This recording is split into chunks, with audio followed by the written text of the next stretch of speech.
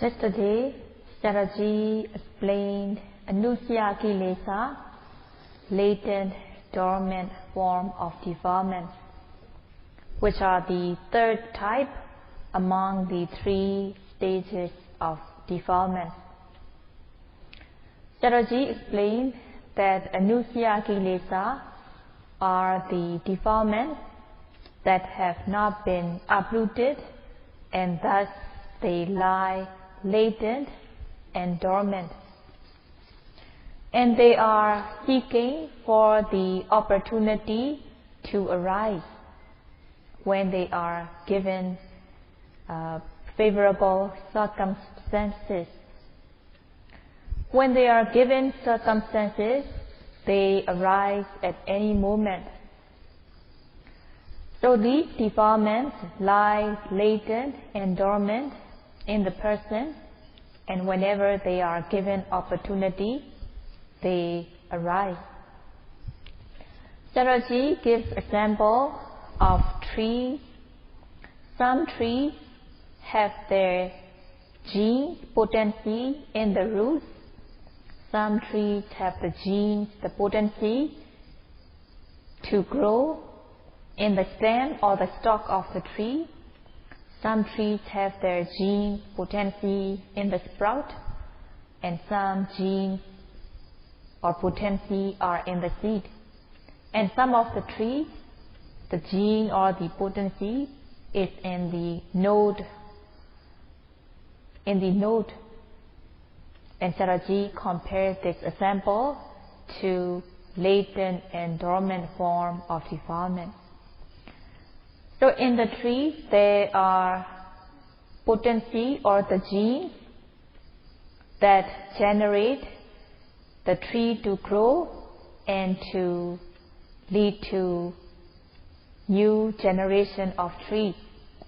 Even though the potency or the genes cannot be seen, but one cannot deny the fact that there are genes, the potency to grow and to give new generation. So in the same way, the Anusaya Kilesa, latent or dormant form of defilement, do not manifest in body, speech or mind, but they lie dormant, and they can arise at any moment when they are given opportunity. Even though the Anusaya Kilesa, latent or dormant form of defilement, do not manifest in body, speech or mind, but one can figure it by inference that there is latent, dormant form of defilement that lie latent. When one is committing transgression, the Vitekama Kilesa, transgressive defilement, manifest in body and speech. And also, the Priyuttana Kilesa, obsessive defilement, manifests in the mind. So these two types, the transgressive defilement and obsessive defilement, are obvious because they manifest in one behavior in body, speech and mind. But Anusaya Kilesa do not manifest in body, speech or mind. So some of the people, they may not believe in it, but one should believe that there is potency that these latent, dormant form of defilement will generate transgression in body, speech and mind whenever they give opportunity, when they are given opportunity. So just as when the trees are subject to the soil, water, air, they sprout and they grow into a big tree with branches, stem, leaves, and so on, and the tree proliferates. Based on the fact that the tree grows and proliferates, one can draw a conclusion that the tree has the potency or the gene to grow and to give new generation. So in the same way, the anusaya kilesa, latent or dormant form of defilement, they lie latent and dormant in the person, and when there are favorable circumstances, these defilements will arise at any moment. So these anusaya kilesa are also defined as upajjana, meaning they are bound to arise at any moment when there is favorable circumstances. So Sayadaw will continue to explain with examples, and Sayadaw will also explain how latent or dormant form of defilement can be removed. The word anusaya is made up of two parts, anu and saya. Anu means favorable circumstances. So when the favorable circumstances arise, these defilements will arise at any moment. So these defilements are seeking for opportunity. They are ready to arise when there are favorable circumstances. If the cause has not arisen, these defilements have not manifested yet, but they have the potency to arise when there are favorable circumstances. So Sayadaw gives an example of matchbox and matchstick. On the sides of the matchbox and on the tip of the matchstick, there is substance called saltpeter.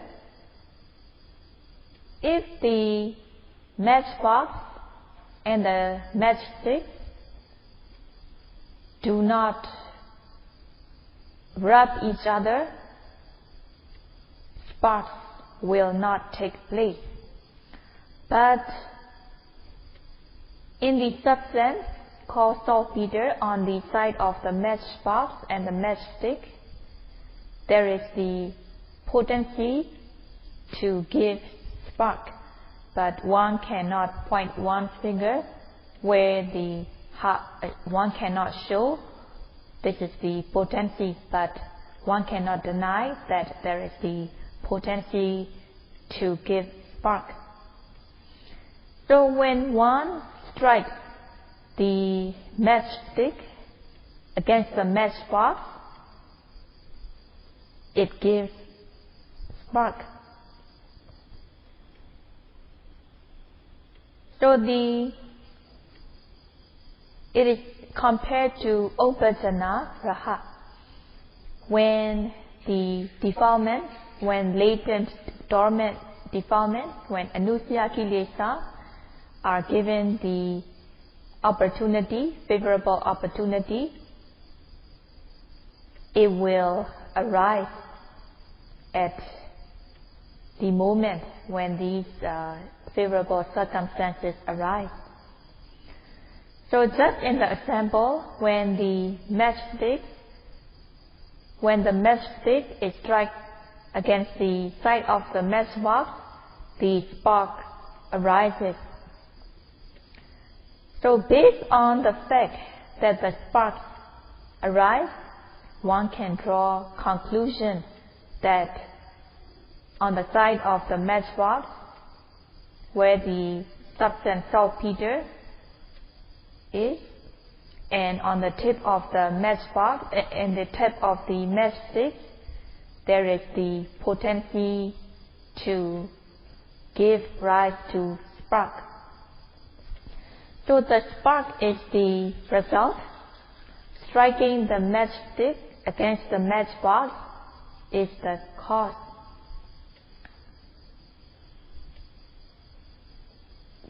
Compared to this example, the spark is compared to priyutthana kilesa, obsessive defilement that manifests in the mind.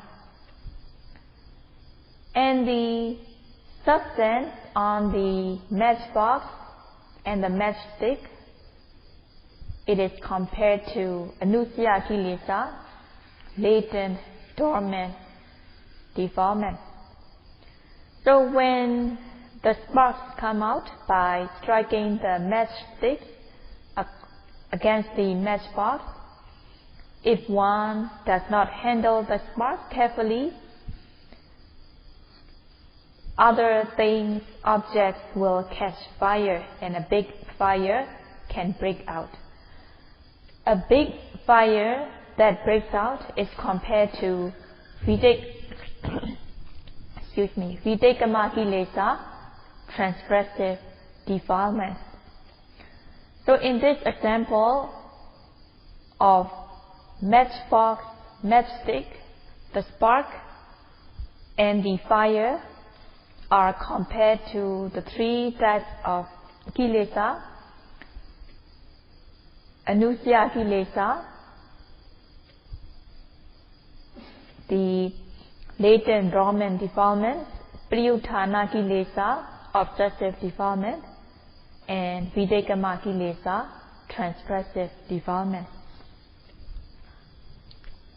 Another example given here is a person fast asleep, waking up and getting up to do things. When a person is fast asleep, there is no seeing, hearing, smelling, tasting, touching, or knowing. At the moment one is fast asleep, even the thinking, the thoughts are not obvious. The consciousness at the moment of being fast asleep is very subtle. So the person who is fast asleep is compared to anusaya kilesa, latent, dormant form of defilement. So latent, dormant form of defilement are compared to sleep. When the person wakes up, waking up is compared to priyutthana kilesa, obsessive defilement. Getting up and doing this and that is compared to videkama kilesa, transgressive defilement. The first two types, videkama kilesa, transgressive defilements, and priyutthana kilesa, obsessive defilements, they are obvious. Anusaya kilesa, latent dormant defilements, are not obvious, but anusaya kilesa has the potency to give rise to obsession in the mind, and also it can also lead to transgression in body and speech. So even though anusaya kilesa do not manifest, but they have the potency to give rise to obsession in the mind, and also that can lead to transgression by body and speech. That's why the word Dhamma defines anusaya kilesa, meaning that they are potent. They have the strength to lead to the other two types of defilements. So these latent, dormant defilements, even though they are not obvious, but they have the potency to arise into priyutthana kilesa, obsessive defilements, and when one indulges in these defilements, it can further lead to transgression by body and speech. So long as the latent, dormant form of defilements have not been uprooted, these defilements can arise and can also generate to further degrees, greater degrees of defilements. Lobha, greed, is not arising at the present moment if one does not encounter desirable objects. So lobha has not arisen yet if one has not encountered desirable objects. But when one sees beautiful sight, beautiful things, which can incite lobha, greed, and if the person is not mindful, the person take it as beautiful, the person see it as beautiful. Not being mindful, the person craves for the object, one wants to keep on seeing the beautiful object, and one does not even want to lose sight of the beautiful object. So the lobha, greed, that has not arisen when one sees beautiful object and when one think of it as very beautiful, then the lobha that has not arisen will arise. Raga, lust, arises, and it is priyutthana kilesa, obsessive defilements.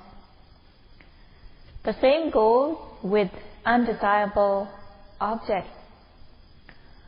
When one encounters undesirable objects, and if the person is not mindful, the person sees the bad aspects of the thing, and the anger, aversion arises. So it is priyutthana kilesa, obsessive defilement. Dosa, anger, lies latent and dormant. And when the person sees the unpleasurable object, without being mindful, the person thinks of it as unpleasant, and dosa arises. So dosa is priyutthana kilesa, obsessive defilement. When there is lack of mindfulness, and when one encounters lobha inciting object, then lobha arises.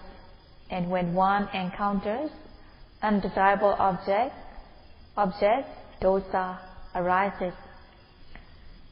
So based on what the person sees and hears, and if the person is not being mindful, if there is lack of mindfulness, when there is lack of mindfulness, knowledge does not arise.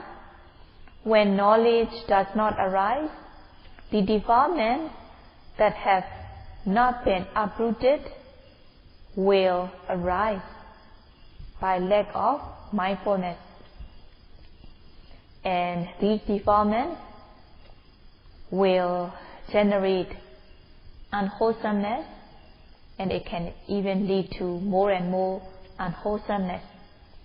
So based on these defilements, unwholesomeness and wholesomeness arise. There are two types of anusaya kilesa. The first one is Sandhananusaya kilesa, and the second one is Aramananusaya kilesa. The first one, Sandhananusaya, is made up of two words, Sandhana and Anusaya. Sandhana is the continuous arising of the nama-rupa phenomena, just like a stream of current in the way of seeing, hearing, smelling, tasting, touching, and so on. And also, Sandhana is the continuous arising of one existence to another. But in the word Sandhananusaya, Sandhana is the continuous arising of the psychophysical phenomena in one's life, such as seeing, hearing, smelling, tasting, touching, knowing. And Anusaya is lying latent and dormant.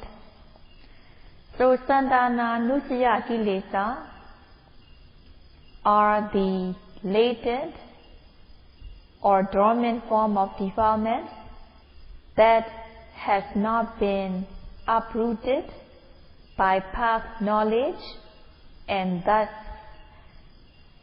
they are bound to arise when given the favorable circumstances.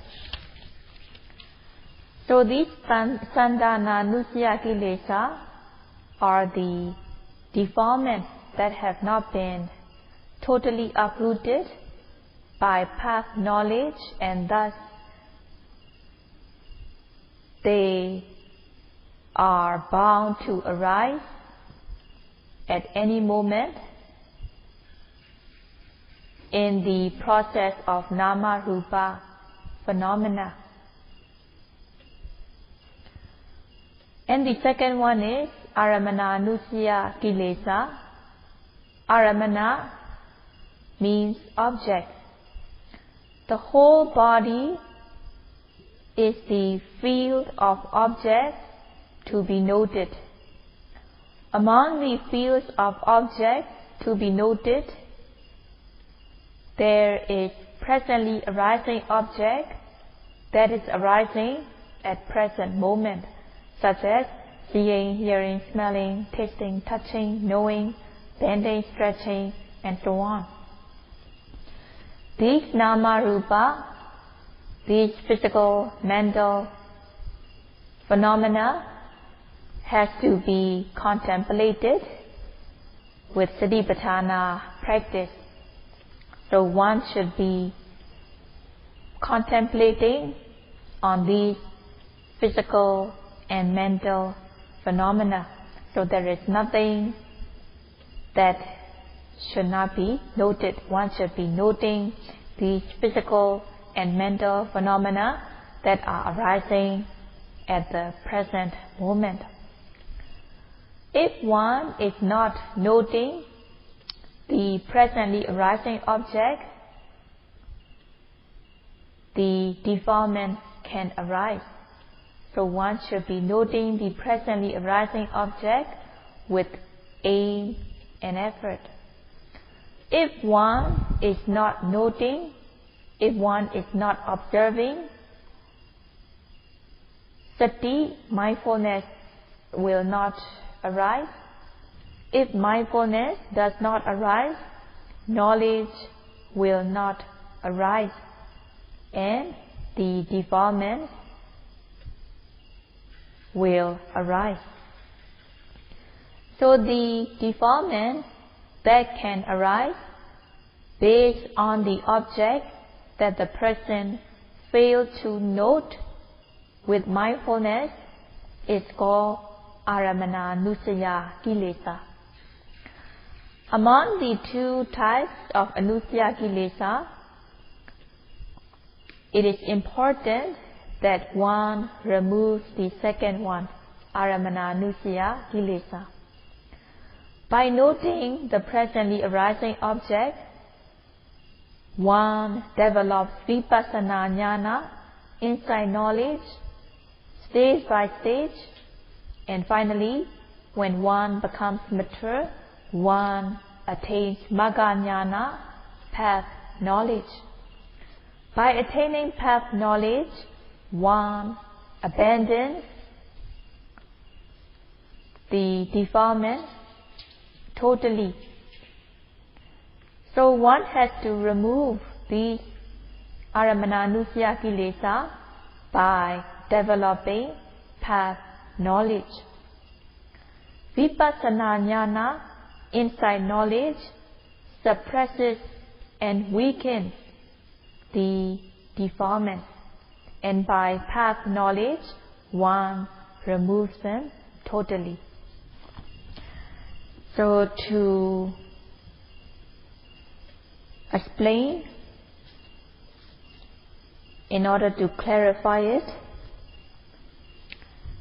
the defilement that has the chance to arise because they have not been uprooted, abandoned by path knowledge, the defilements that can arise in one's life in the process of nama-rupa phenomena are called Sandhana Nusaya Kilesa. So the defilements that have the chance of arising, as they have not been totally abandoned by relevant path knowledge, is called Sandhana Nusaya Kilesa. How is it that they are given the favorable circumstances? How can they be given opportunity? So long as these defilements have not been uprooted by path knowledge, they will have the chance to arise. If these defilements have been abandoned totally by path knowledge, they will no longer have the chance to arise. They are no longer potent. So long as they have not been uprooted by path knowledge, they have the chance to arise when they are given the opportunity in the present, in the process of nama-rupa phenomena. And these defilements are called Sandhana Nusaya Kilesa. Aramananusaya Kilesa are also the latent, dormant defilements that has the chance of arising when they are given the opportunity. When one is not mindful, when one is not observing the object with vipassana, then these defilements can arise. Where can these defilements arise? These defilements can arise based on the new objects that have not been noted. If one is not observing, if one is not noting the object, the presently arising object, such as seeing, hearing, smelling, tasting, touching, bending, stretching, turning, knowledge will not arise, and when knowledge has not arisen, the defilements have chance to arise. Upajjanaraha, meaning these defilements have chance to arise when one is not mindful on the presently arising object. So these are the two types of anusaya kilesa. So Chatterjee explains about an instance when seeing beautiful objects, when there is lack of mindfulness. Say a person sees a beautiful woman. If he is not mindful, he will see the woman beautiful.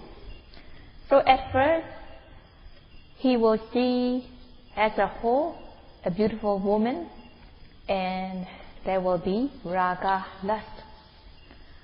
If he does not stop here, if he goes into detail, how her features are, how her forehead is, how her eyes are, then the defilements will be becoming stronger.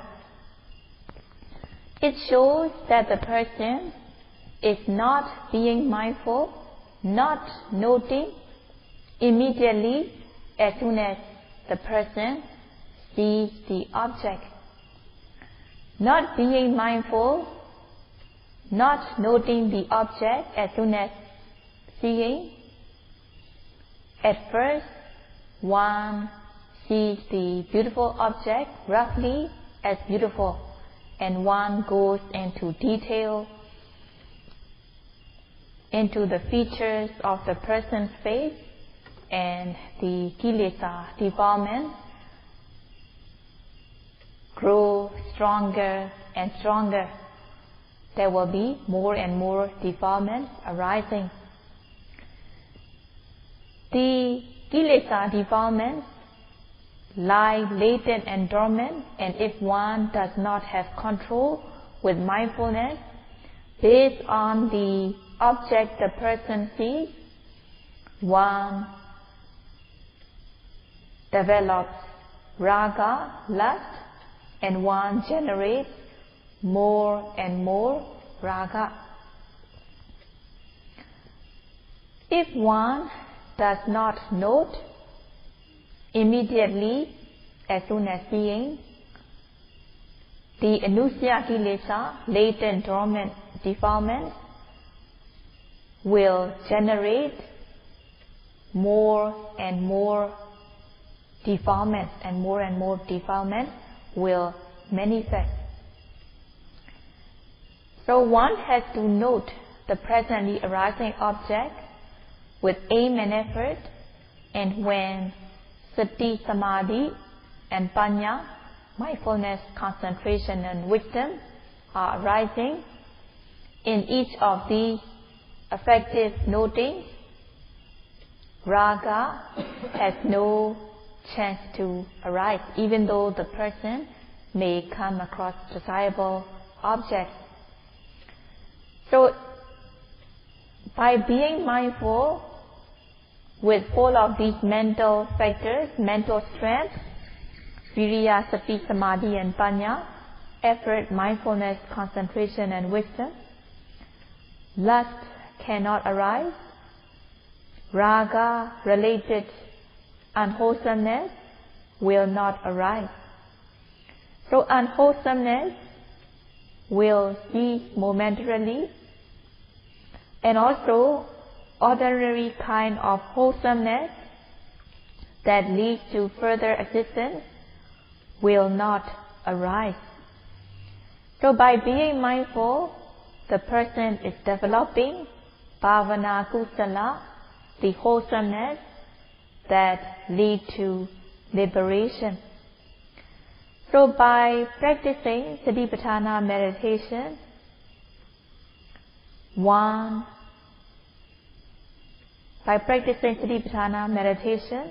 by being mindful, the latent dormant form of defilement are suppressed momentarily. Defilements do not arise at the moment. So these defilements are uprooted momentarily. And unwholesomeness also come to a cessation momentarily. Wholesome deeds, ordinary wholesome deeds that lead to further suffering, further assistance, also come to momentary cessation, and thus one is developing bhavana kusala, wholesomeness that lead to liberation. And Sayadaw will continue to explain tomorrow. Sadhu, sadhu, sadhu.